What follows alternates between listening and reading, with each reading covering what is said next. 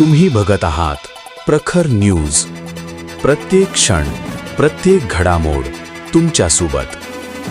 आताच्या या घडीतली सर्वात मोठी बातमी आहे बागलाणमधून. बागलाण तालुक्यातल्या आजमीर सौंदाणे गावातून एक अत्यंत दुर्दैवी घटना समोर आली आहे.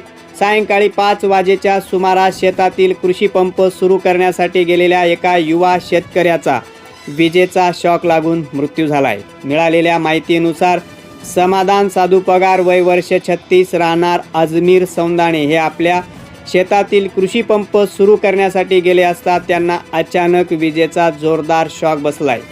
घटनेची माहिती मिळताच परिसरातील नागरिकांनी घटनास्थळी धाव घेत त्यांना तातडीनं सटाणा येथील ग्रामीण रुग्णालयात दाखल केलंय. मात्र वैद्यकीय अधिकाऱ्यांनी तपासणीनंतर त्यांना मृत घोषित केले.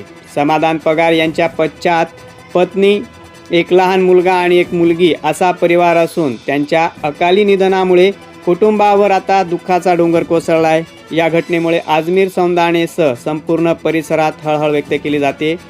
सदर घटनेची माहिती मिळताच सटाणा पोलिसांनी घटनास्थळी जाऊन पंचनामा केला असून आता सटाणा पोलीस स्टेशनचे पोलीस निरीक्षक योगेश पाटील यांच्या मार्गदर्शनाखाली पोलीस हवालदार अजित देवरे आणि शरद आहिरे आता पुढील तपास करीत आहेत. प्रखर न्यूजसाठी भैयासाहेब माळी, सटाणा.